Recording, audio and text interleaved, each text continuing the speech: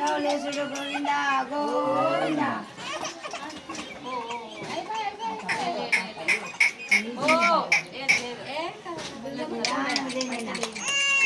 అయిపోయలే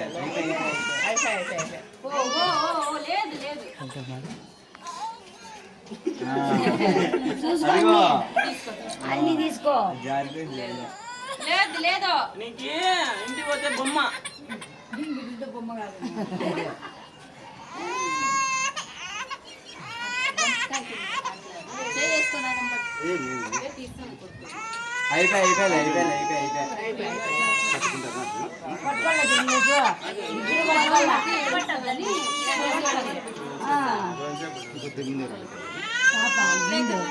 పాప